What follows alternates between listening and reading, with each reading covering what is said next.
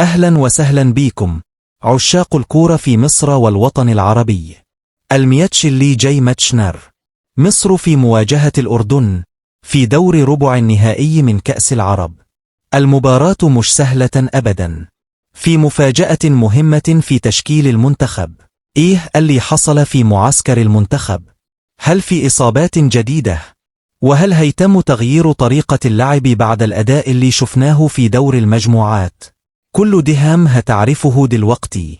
قبل ما نبدأ اعمل لأيك للفيديو واشترك في القناة لو لسه مش مشترك. منتخب الأردن مش فريق سهل، بيلعب بروح قتالية عالية، وعنده سرعة كبيرة في الهجمات المرتدة، وبيستغل أخطاء الدفاع بشكل خطير، وشفنا أداؤه القوي في مجموعته. منتخب مصر لازم يدخل جاهز ذهنيا وبدنيا. كل تمريرة وكل التحام هيكون مهم جدا. الأداء القتالي للأردن هيصعب المباراة، لكن خبرة لاعبي مصر ممكن تكون عامل الحسم. الوضع الحالي صعب، التعادلين ضد الكويت والإمارات لو مصر كسبت وحققت 6 نقاط هنتأهل رسميا لربع النهائي، لكن أي نتيجة غير الفوز هتدخلنا في حسابات معقدة، وممكن نخرج من البطولة ب3 نقاط فقط، وده مرتبط بنتيجة مباراة الكويت والإمارات. الماتش الجاي مش مجرد 3 نقاط، ده ماتش البقاء في البطولة.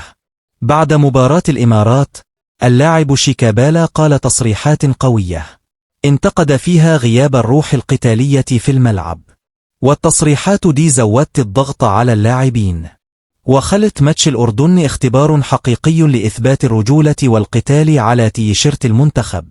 نروح لأهم جزء، شروط المشاركة في توقع النتيجة. 1. اشترك في القناة. 2. اعمل شير للفيديو. 3. اكتب توقعك في التعليقات.